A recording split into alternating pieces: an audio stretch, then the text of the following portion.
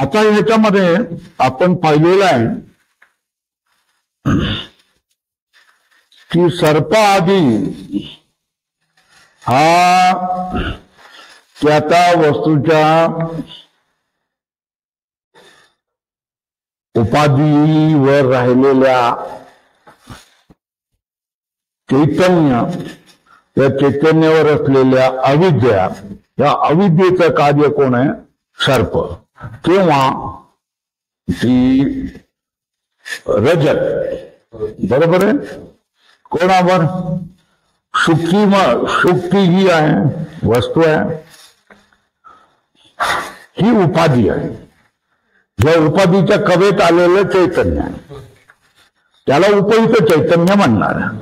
त्या उपयुक्त चैतन्यावर कोण असणार आहे? अविद्या असणार आहे. आणि त्या अविद्येचं कार्य म्हणजे कोण आहे? सर्प किंवा रजत. हे आपण पाहिलं.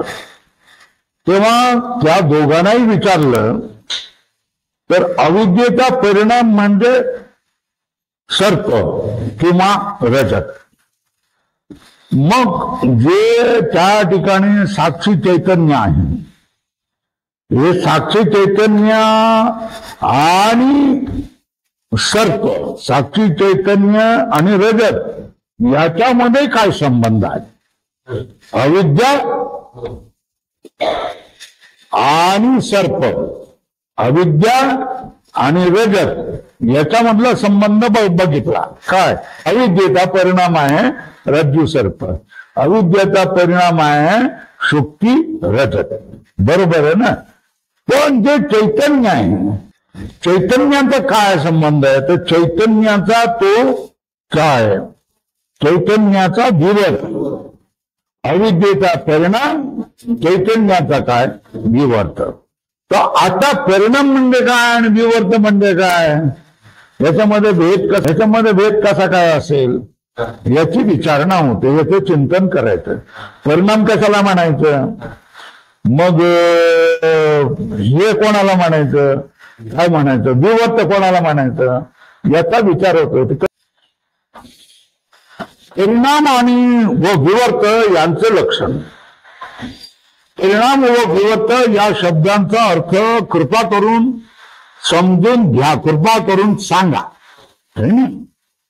श्री गुरु प्रथम परिणामाचं लक्षण सांगतो.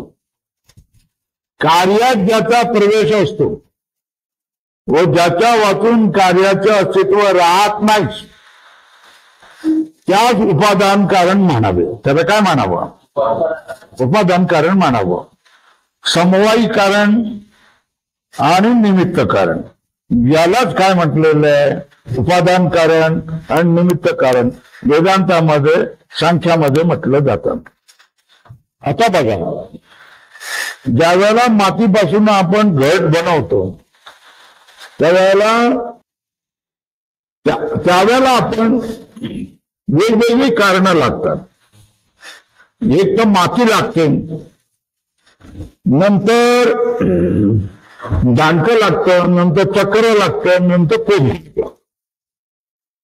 ज्यावेळेला आपण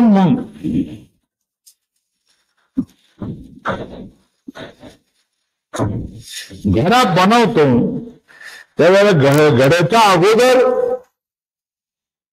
माती असते आणि घडा बनवल्यानंतर जर घड्याच्या मागून पुढून, उत्तरेकडून, दक्षिणेकडून, वरून खालून बघितल्यानंतर पुन्हा तुम्हाला काय दिसते? ही माती काय, दुसरं काहीच नाही आहे असंच वाटत राहतं.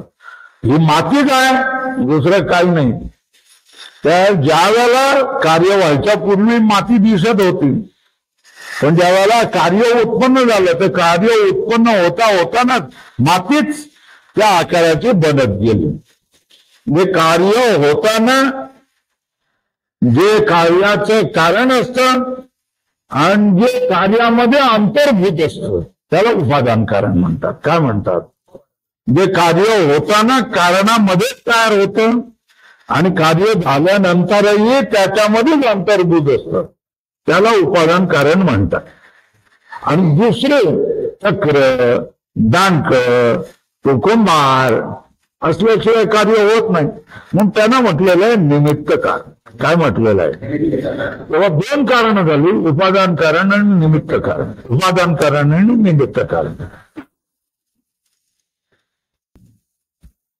प्रथम परिणामाचं लक्षण सांगतो. कार्यात ज्याचा प्रवेश असतो, अधोरेखा करा. काय सांगितलंय? कार्यात ज्याचा प्रवेश असतो व ज्याच्या वाचून कार्याचे अस्तित्व राहत नाही. काय सांगितलं? ज्याच्या वाचून कार्याचे अस्तित्व. सगळी माती काढून घेतली तर गदा काय राहणार? सांगा. सगळी हवा काढून घेतली तर टायर काय राहणार? तशा तऱ्हेने मातीतली, घरामधली सगळी माती काढून घेतली तर घरा नावाची काही गोष्ट शिल्लकच राहत नाही. बरोबर आहे ना? म्हणजे काय सांगितलंय? कार्यात ज्याचा प्रवेश असतो एक, दुसरं ज्याच्या वाचून कार्याचे अस्तित्व राहत नाही त्याला उपादान कारण म्हणतात. उपादान कारणाचं लक्षण समजलं काय? कार्यामध्ये ज्याचा प्रवेश असतो आणि ज्याच्या वाचून कार्य शिल्लकच राहू शकत नाही. बरोबर ना? त्याला उपादान कारण म्हणावे असे मागे सांगितले होते. उपादानाच्या समान स्वभाववान आणि अन्यथा रूप तो परिणाम. काय? जे उपादान जसं असतं आहे ना, त्याचा सगळा स्वभाव घेऊन असतं पण त्याच्यापेक्षा अन्यत असतं. त्याला काय म्हणतात? परिणाम म्हणतात. आहे ना? उपादानाचा समान स्वभाववान आणि अन्यथा रूप तो त्याला काय म्हणतात? परिणाम म्हणतात. पाण्याची वाफ होत आहे ना, वाफ पण पाणीच आहे ना, म्हणतो ना आपण. वाफ काय? पाणीच आहे, पण पाण्यापेक्षा वेगळं दिसतं की नाही, पाण्यापेक्षा वेगळं कार्य असतं की नाही, त्याला काय म्हणतात? पाण्याचा परिणाम वाफ. दुधाचं काय होतं? दही. दह्याचं काय होतं? लोणी. लोण्याचं काय होतं? तूप. हे सगळे काय? दुधाचे परिणाम आहेत. याला काय म्हणतात? त्याच्यामध्ये सगळा दुधाचा स्वभाव असतो. दुधापासून बनलेले आहे ते आपल्याला समजतं, तरी पण ते दुधापेक्षा थोडेसे वेगळे वाटतात. त्याला काय म्हणतात? परिणाम. काय म्हणतात? उपादानाचा समान स्वभाववाला जो असतो तरी पण तो अन्यथा रूप असतो त्याला परिणाम म्हणतात. याचा स्पष्टीकरण असं की माती घटाचे उपादान कारण आहे ना. मातीमध्ये आणि घटामध्ये दोन्ही गोष्टी आहे ना. मातीमध्ये पृथ्वी आहे ना, माती म्हणजे पृथ्वी ना, आणि घट म्हणजे घट पण पृथ्वीच आहे ना. जसा त्याने घट बघितला तर घट काय म्हणजे पृथ्वी तत्व आहे. आणि माती घेतली आहे तर मातीला विचारलं माती कुठलं तत्व आहे? पृथ्वी तत्वच आहे. दोनामध्ये पृथ्वी तत्व. हा झालं समानता. का आली? बरोबर आहे. घटामध्ये पृथ्वीत्व आणि घटामध्ये पृथ्वीत्व आणि व्यावहारिकत्व हा समान म्हणजे सारखाच स्वभाव आहे ना. माती व्यावहारिक आहे, मातीमधून काही ना काहीतरी आपण बनवू शकतो. घट व्यावहारिक आहे, घटामध्ये आपण पाणी आणू शकतो. घटामध्ये पृथ्वी आहे, घट पृथ्वीपासून बनलेलं आहे आणि माती पृथ्वीपासून बनलेलं आहे. तो माती आणि घट याच्यामध्ये दोन गोष्टी समान आल्या, व्यावहारिकत्व आणि काय झालं? पृथ्वीत्व. पृथ्वीत्व आणि व्यावहारिकत्व या दोन गोष्टी काय आलेल्या? समान आलेल्या. कोणामध्ये समान आलेल्या? माती आणि घट याच्यामध्ये समान आलेल्या. माती घटाचे उपादान कारण. मातीमध्ये घटामध्ये पृथ्वीत्व आणि व्यावहारिकत्व हा समान म्हणजे सारखाच स्वभाव आहे. आणि उपादान मृत्तिकेच्या रूपा होऊन अन्यथा म्हणजे घट निराळ्या रूपाचा आहे ना. माती वेगळी दिसते आणि घट वेगळा दिसतो आहे ना. माती भिन्न आहे, घट भिन्न आहे. हा दुसरा माणूस म्हणू शकतो, पण जो समजदार आहे म्हणतोय घट ही मातीच आहे, दुसरे काय असंच म्हणणार ना. मग मृत्तिकेचा परिणाम घट आहे. घटामध्ये समान गुण घटामध्ये आणि मातीमध्ये समान गोष्टी काय? घट हा व्यावहारिक आहे. माती हे सुद्धा, मातीचा देखील व्यवहार होतो, घटाचा देखील व्यवहार होतो. घट ही पृथ्वी आहे, माती ही देखील पृथ्वी आहे. तो घटत्व आणि व्यावहारिकत्व या दोन गोष्टी, माती आणि घट या दोघांमध्ये काय आहेत? समान आहेत. या दोन्ही काय? दोन्ही गोष्टी या दोघांमध्ये समान आहेत. तरी पण समान असल्या तरी आपल्याला माती ही माती आणि हा घट असं आपण म्हणतो.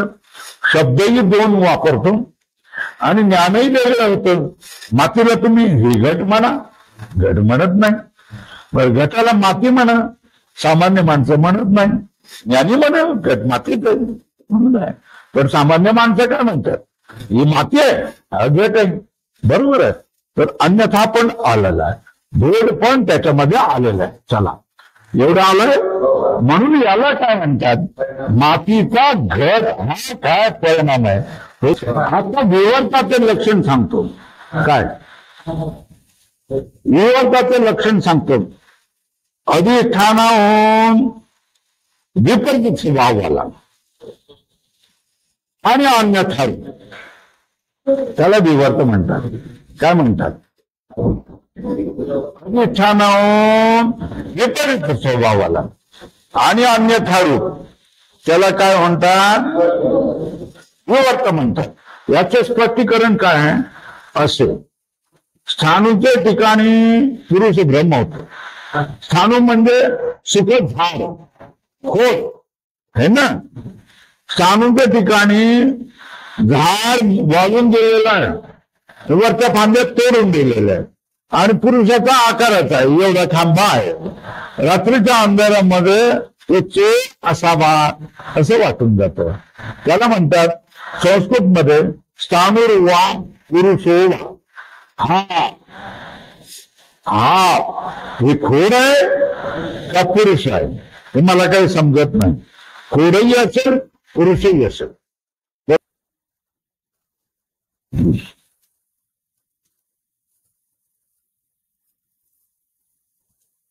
स्थाणूच्या ठिकाणी पुरुष भ्रम होतो तेव्हा त्या भ्रमास अधिष्ठान स्थाणू असून तो व्यावहारिक आहे. पुरुषाचा भ्रम होतो ना, भ्रम म्हटल्यानंतर त्या ठिकाणी अधिष्ठान असले पाहिजे. तो अधिष्ठान कोण आहे? स्थाणू. हा स्थाणू कसा आहे? व्यावहारिक आहे. आणि पुरुष प्रातिभाषिक. तिथे लिहिलंय म्हणून सांगतात पुरुष प्रातिभाषिक आहे. मग अधिष्ठान जो स्थाणू त्याहून पुरुषाचा स्वभाव हे बघा. जो स्थाणू मध्ये पुरुष दिसतोय तो खरा दिसतोय का? नाही. मग तो असल्यासारखं वाटणं याला काय म्हणतात? भास. बरोबर आहे ना. आता बघा, स्थाणू हा व्यावहारिक आहे, बरोबर आहे ना. पण त्याच्यामध्ये भासणारा हा पुरुष असेल असा जो भास तुम्हाला होतोय हा काय व्यावहारिक नाही. बरोबर ना. याला काय म्हणतात? प्रातिभास. काय म्हणतात? म्हणजे स्थाणूपासून कसं झालं हा वेगळा आहे, बरोबर आहे, आणि प्रातिभाषिक आहे. पण घट आणि माती याच्यामध्ये घट व्यावहारिक असतो, घट व्यावहारिक असतो आणि माती पण व्यावहारिक असतो. याच्यामध्ये समानता आहे, बरोबर. समान असून अन्यथा पण असणं. काय? समान असून अन्यथा पण असणं याला काय म्हणतात? परिणाम म्हणतात. काय म्हणतात?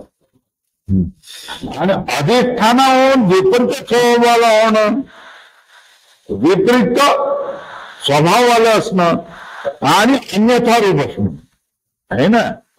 आता खुंट किंवा काष्ट, सुखकाष्ट हे व्यावहारिक आहे, पण त्याच्यामध्ये भासणारा माणूस हा त्याच्यापेक्षा भिन्न आहे ना.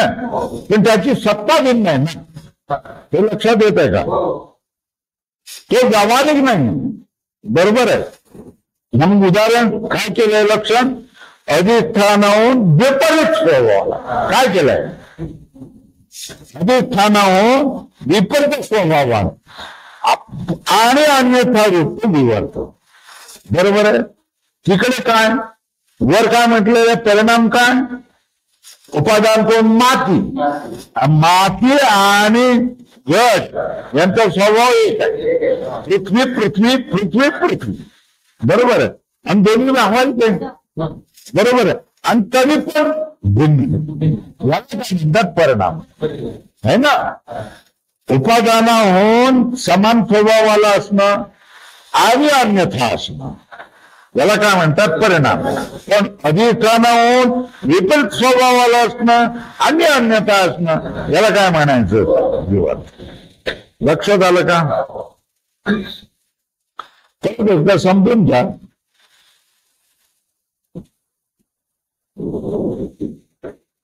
मातीला म्हटलं तू व्यावहारिक आहेस का? हो मी व्यावहारिक आहे. मातीपासून काही बनवता येतं. बरं घर तू व्यावहारिक आहेस का? म्हणतो हो पाणी भरता येतं हे ना, धान्य ठेवता येतं. या दोनामध्ये व्यावहारिकपणा आला की नाही?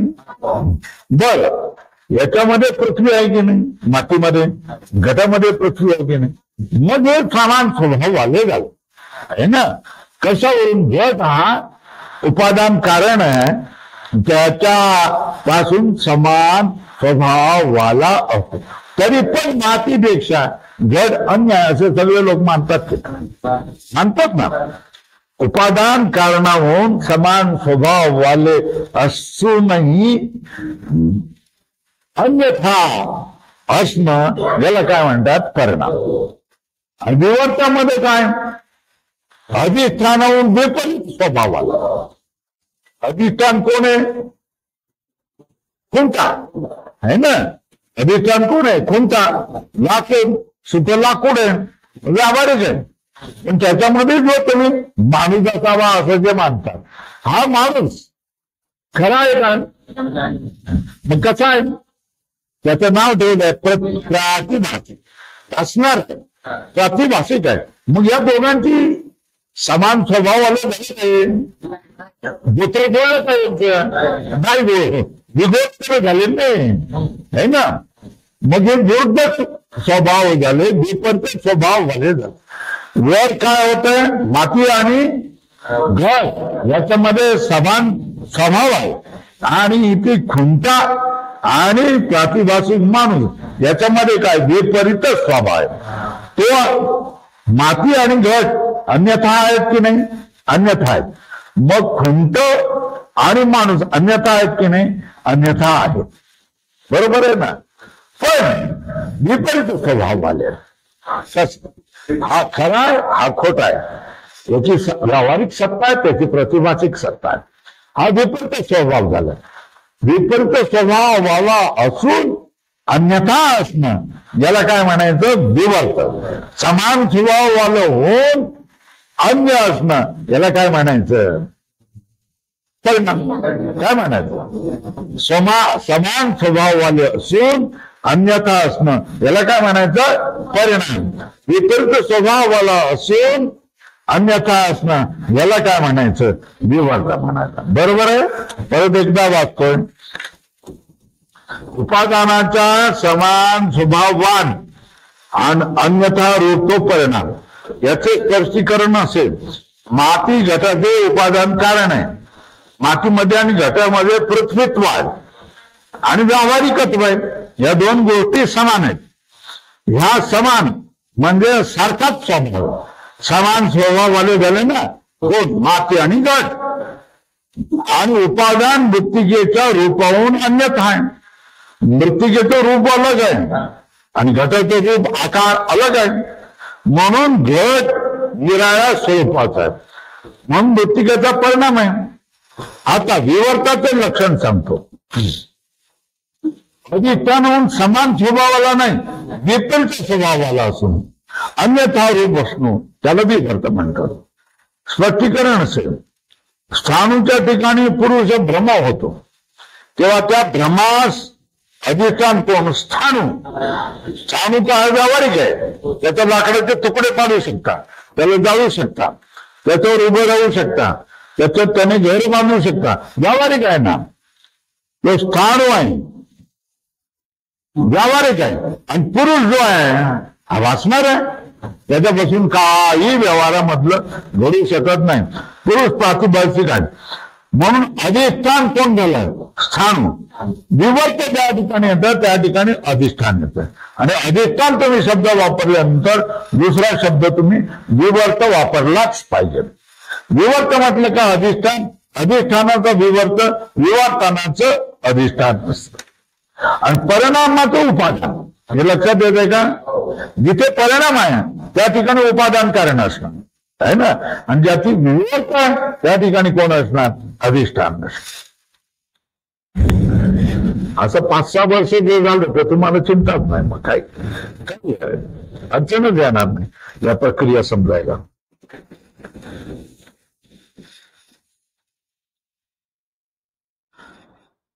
याकरता स्थाणू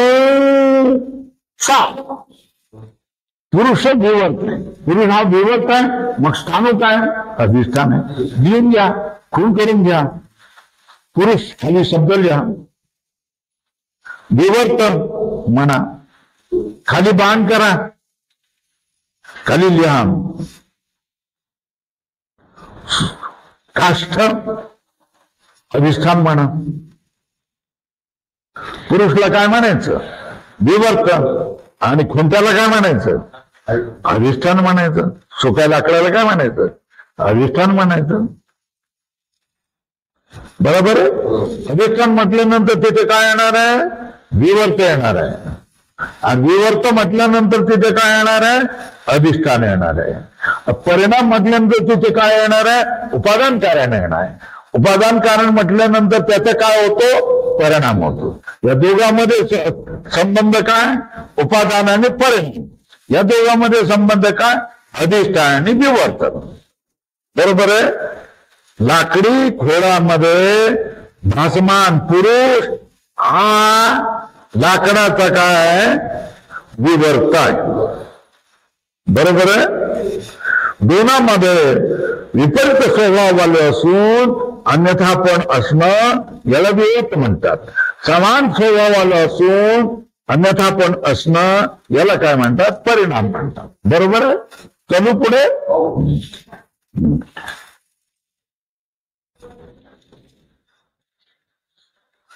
त्याचप्रमाणे रज्जू उपहित आणि अंतःकरण उपहित चैतन्य आश्रित जी अविद्या आहे म्हणून वर सांगितले ती सर्प व त्याचे ज्ञान यास उपादान असेल अनिर्वचनीय आहे.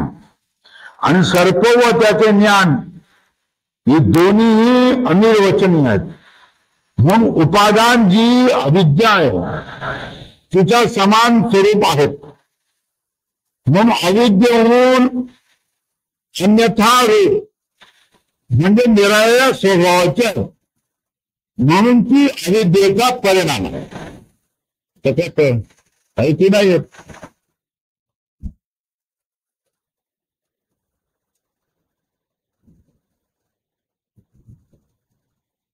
कधी कधी असं होतं ना, आपण उत्साहात असतो ना, आपल्या उत्साहावर विरजन घालणारी परिस्थिती निर्माण होते ना.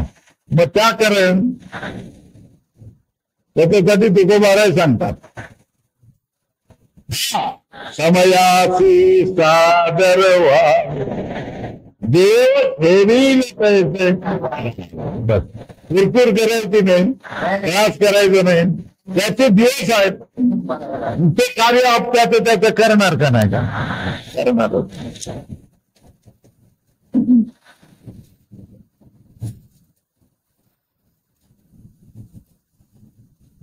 एखादा दिवस असा येतो, काय करणार काय?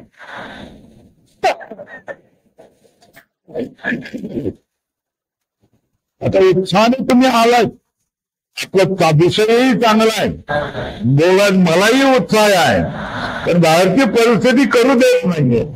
काय करायचं सांगा? आता रज्जू ही उपाधी आहे आणि अंतःकरण ही उपाधी आहे.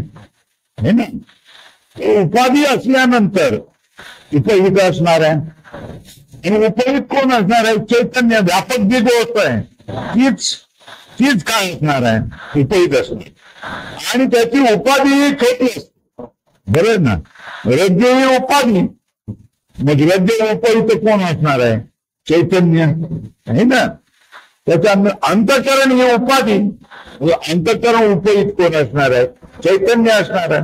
दोन चैतन्य झाले, एक रज्जू उपयुक्त चैतन्य आणि अंतःकरण उपयुक्त चैतन्य. आता चैतन्य आल्यानंतर या चैतन्यावर कोण खरी होते? अविद्या होते. जसे तुम्ही बघितलेलं आहे की सर्कस मध्ये एक सायकल फिरवणारा असतो, ते सायकल फिरवतो, नंतर दुसरा माणूस त्याच्यावर पटकन उडी मारतो आणि त्याच्या खांद्यावर येऊन उभा राहतो, है ना. मग तिसरा माणूस येतो आणि ते त्याच्यात वरच्या खांद्यावर जाऊन उभा राहतो. मग ते तीन त्रिकूट काय करताय? सायकल चालवतो अशा तऱ्हेने आपल्याला गंमत वाटते. कसं काय त्यांचा बॅलन्स सांभाळतात, ते कसं काय सांभाळतात असं आपल्याला वाटत. तसंच तऱ्हेने या ठिकाणी ही कोण आहे? उपाधी. उपाधीच्या ह्याच्यामध्ये कोण आलं? चैतन्य. हे चैतन्यावर कोण आहे? अविद्या. या अविद्येवर कोण येणार? परिणाम. किती आले लक्षात येते का? काय? उपाधी. उपाधीवर कोण? चैतन्य. चैतन्यावर कोण? अविद्या. आणि अविद्या काय होते? वेगळी होऊन जाते, परिणाम होऊन जाते, अविद्याचा परिणाम. आता दोन ठिकाणी, एक अंतःकरण उपयुक्त चैतन्य, रज्जू उपयुक्त चैतन्य, दोन्ही ठिकाणी काय? अविद्या. आणि या अविद्येचा परिणाम होणार आहे. अविद्येचा परिणाम काय हे आपण समजून घेऊया.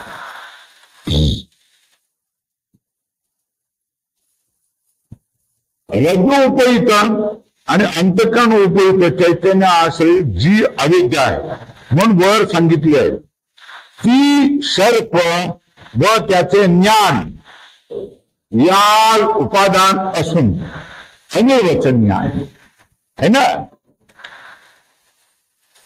आता दोन गोष्टी आहेत आपण बघितलंय. सर्प खरा असतो का खोटा असतो? रज्जूमध्ये उभा दिसणारा सर्प खरा असतो का खोटा असतो? खोटा असेल तर दिसतो कसा? झालं आलं का? मग असं म्हणा काय तो काय असतो? शहाणे झालेल्या माणसाने शहाण्यासारखं बोललं पाहिजे की नाही काय? मग अगदी पामर लोकांसारखं बोलायला लागलं तर मग ते बरोबर नाही दिसत ना. तर मग आता तुम्ही काय केलेलं आहे? त्या अविद्ये अनिर्वचनीय सर्प जो आहे हा सुद्धा अनिर्वचन. मागता हा जो सर्प दिसतोय ना, हा सर्प कुठे दिसतोय तुम्हाला? रज्जूवर दिसतोय, बरोबर आहे ना. रज्जूवर सर्प दिसतो. आणि हा सर्प हे जे ज्ञान होत आहे हे ज्ञान कुठे होत आहे? हे लक्षात आलं का? आणि सर्प हा जर अनिर्वचनीय आहे तर हा सर्प आहे हे अंतःकरणात होणारे ज्ञान खरं आहे का खोटं आहे? असं म्हटलं पाहिजे. आपण कसं आता शास्त्रीय बुद्धीने विचार करतोय ना, मग शास्त्रीय भाषेतच बोलला पाहिजे. सर्प जर अनिर्वचनीय आहे ना तर त्याचं ज्ञानही अनिर्वचन. आता सर्प हा कोणाचा परिणाम आहे? अविद्येचा. सर्प ज्ञान हा कोणाचा परिणाम आहे? अविद्येचा परिणाम. आता सर्प हा ज्या विद्येचा परिणाम आहे ना, अनिर्वचनीय सर्प हा ज्या विद्येचा परिणाम आहे. ही विद्या कुठे आहे?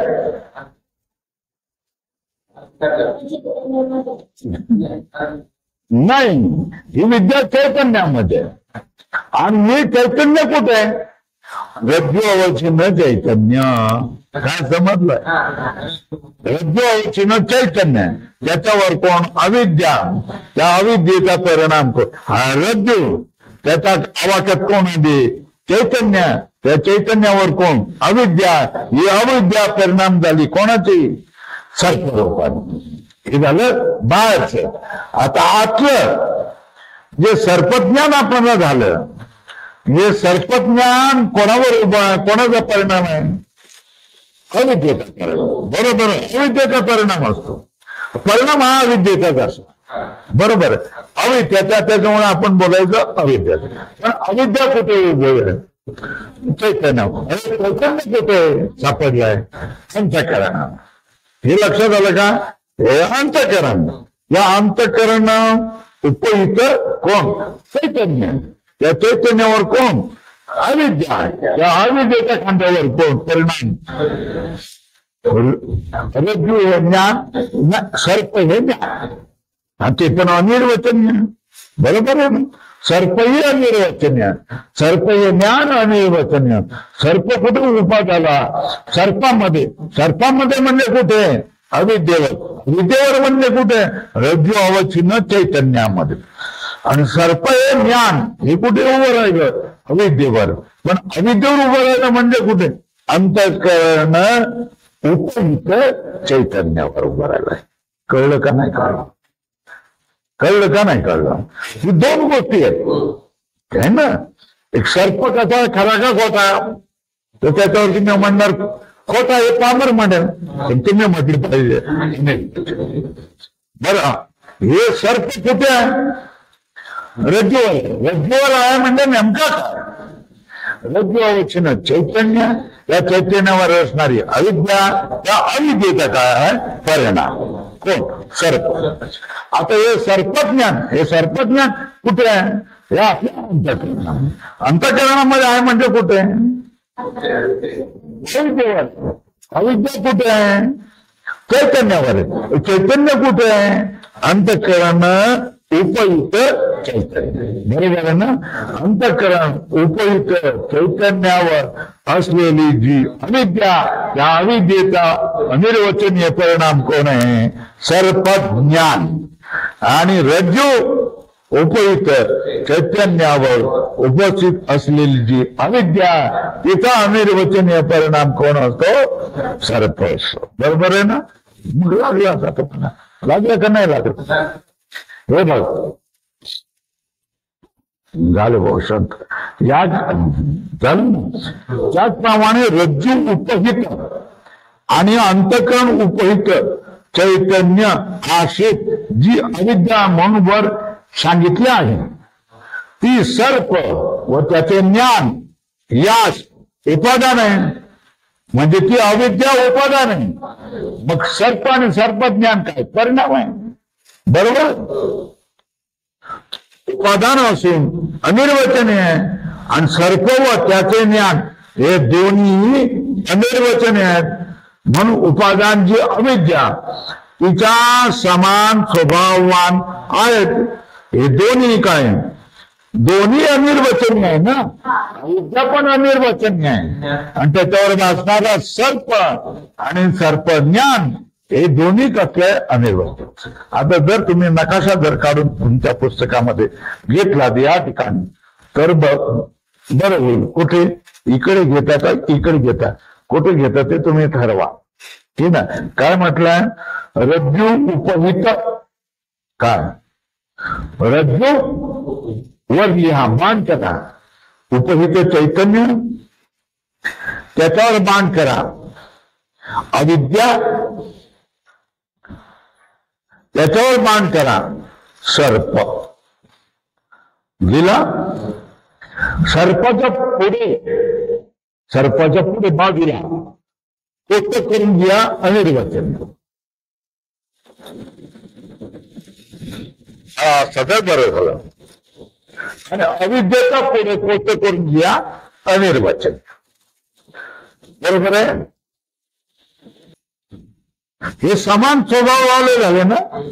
अविद्या अनिर्वचन है ना. आणि त्याच्यावर जर सर्प देखील अनिर्वचनीय, समान स्वभाव वाले झालेले. आता दुसरं नकाशा काढा. अंतःकरण, मग लिहा उपाधी, त्याच्यावर बाण करा वर, त्याच्यावर लिहा चैतन्य, त्याच्या बाजूला लिहा कंसामध्ये उपहित चैतन्य. आता चैतन्यावर बाण करा आणि लिहा अविद्या, त्याच्या बाजूला लिहा अनिर्वचनीय. आता अविद्येपासून वर बाण करा, सर्प ज्ञान झालं. कोटक मध्ये लिहा अनिर्वचन. आलं?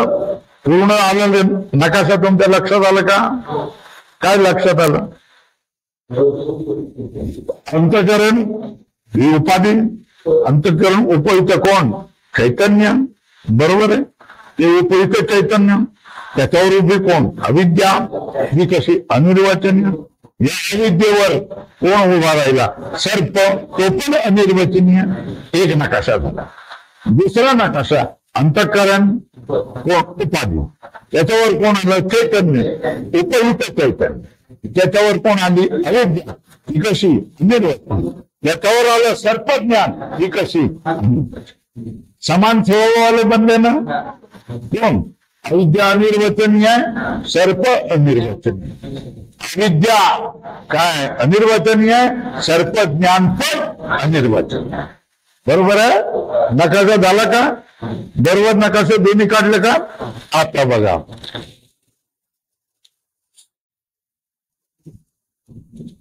ही दोन्ही अनिर्वचनीय आहेत. मग उपादान जी अविद्या, उपादान कोण आहे? अविद्या आहे ना.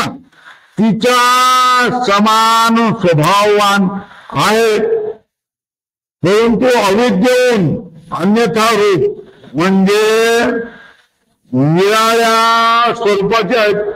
कोणत्या? अविद्येचा परिणाम आहे. काय? अविद्येपासून सर्पाचा आकार वेगळा दिसतो ना. अविद्या अनिर्वचन, सर्पही अनिर्वचनीय. समान स्वभावाले झाले की नाही, पण अन्यथा आहेत की नाही. म्हणून उपादान अविद्या तिचा सर्प हा काय झाला? परिणाम झाला. आता इकडे अंतःकरणाकडे झालं.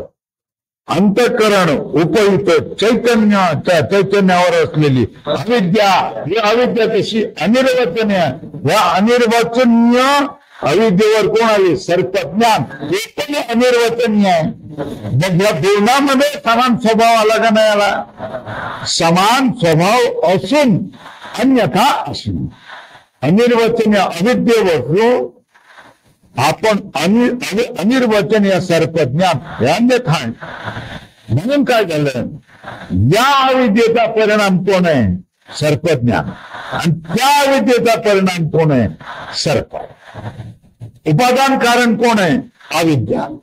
बरोबर आहे. कार्य कोण आहे? तिकडे सर्प आणि इकडे कोण आहे? सर्पज्ञान. याला काय म्हणतात? परिणाम. उपादानाचा कोण असतो? परिणाम रूप कार्य असतं. आता आपलं काही चालू शकेल असं मला वाटत नाही. बरोबर आहे. याला म्हणतात, काय म्हणतात? परमेश्वराची इच्छा. काय म्हणतात? हे लक्षात आलं का? कोण असते? एक देवाची इच्छा असते आणि एक परमेश्वराची इच्छा असते. जर परमेश्वराच्या इच्छेशी देवाची इच्छा समानरूप झाली तर जगामध्ये काय होतं? कार्यरूप होतं. जीवाला अनुकूल वाटतं. बरोबर आहे. जीवाला अनुकूल वाटतं, अनुरूप वाटतं, जीवाला चांगलं झालं असं वाटतं. जीवाच्या विपरीत जीवाची इच्छा की पाठ चालावा, परमेश्वराची इच्छा की पाठ आज बंद करा तुम्ही. ठीक आहे ना? तर मग कार्य होत नाही ना, है ना? अनुरूप कार्य होत नाही, अनुकूल होत नाही, प्रतिकूल होत आहे. पण हे या ठिकाणी परमेश्वराला दोष द्यायचा का? नाही द्यायचा. पण जीवाच्या इच्छेहून परमेश्वराची इच्छा ही काय असते? श्रेष्ठच असते. परमेश्वराच्या इच्छेमध्ये दुसरं विपरीतच काहीतरी करायची इच्छा असेल, बरोबर आहे ना? मग त्या ठिकाणी काय होतं? समान रूपाने राहणं हे कोणाला कोणासाठी योग्य आहे? जो वेदांती आहे हा दोन्ही ठिकाणी समान रूपाने राहतो. आज काय आपली इच्छा सफल होत नाही. बलवती कोणाची इच्छा आहे? परमेश्वराची इच्छा. मग परमेश्वराची इच्छा जर बलवती असेल तर आपण काय करून घ्यायचं? त्याच्याप्रमाणे ऍडजस्ट करून घ्यायचं. बाकी काय नाही. आपल्या हातात काय असतं का? नाही. परमेश्वराची इच्छा उलटी पालटी करणं हे जीवाच्या हातात आहे का? जीवाची इच्छा उलटी पालटी करणं हे ईश्वराच्या हातात आहे की नाही? म्हणजे का?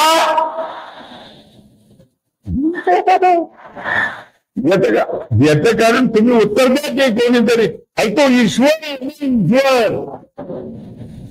म्हणजे कोण? कर्तुम, कर्तुम, अन्यथा कर्तुम समर्थ स ईश्वर. काय सांगितलं? जे करायला समर्थ आहे, जो न करायलाही समर्थ आहे, जे विपरीत करायलाही समर्थ आहे, असा जो असतोय त्याला ईश्वर म्हणतात. आपण असं काही करू शकत नाही. पावसा जरा थांब, एक दीड तास थांबायला काय झालं तुला, असं आपण सांगू शकतो का पावसाला? नाही सांगू शकत. कारण आपण अल्पमती ना, काय ना, अल्पमती आहे ना, अल्पबुद्धी आहोत. काय करणार आहेत? परमेश्वराच्या इच्छेला आपण उलटपालट करू शकत नाही. मग काय करायचं? समजून घ्या. सांगण्याचं तात्पर्य काय? हे जसं इथे आलं हे उदाहरण आहे. आणि तुमच्या जीवनामध्ये अशा प्रत्येक घडीला अशा गोष्टी येतील. त्या ठिकाणी तुम्ही ईश्वरेच्छा बली अशी लक्षात ठेवा. काय लक्षात ठेवा? ईश्वरेच्छा बली अशी हे जर तुम्ही पाठ करून ठेवला तर तुम्हाला कधीही दुःख होणार नाही. दुसरी लोक विवळताना तुम्हाला दिसतील पण तुम्ही शांत बसा. ईश्वराची इच्छा आपण काय करू शकतो?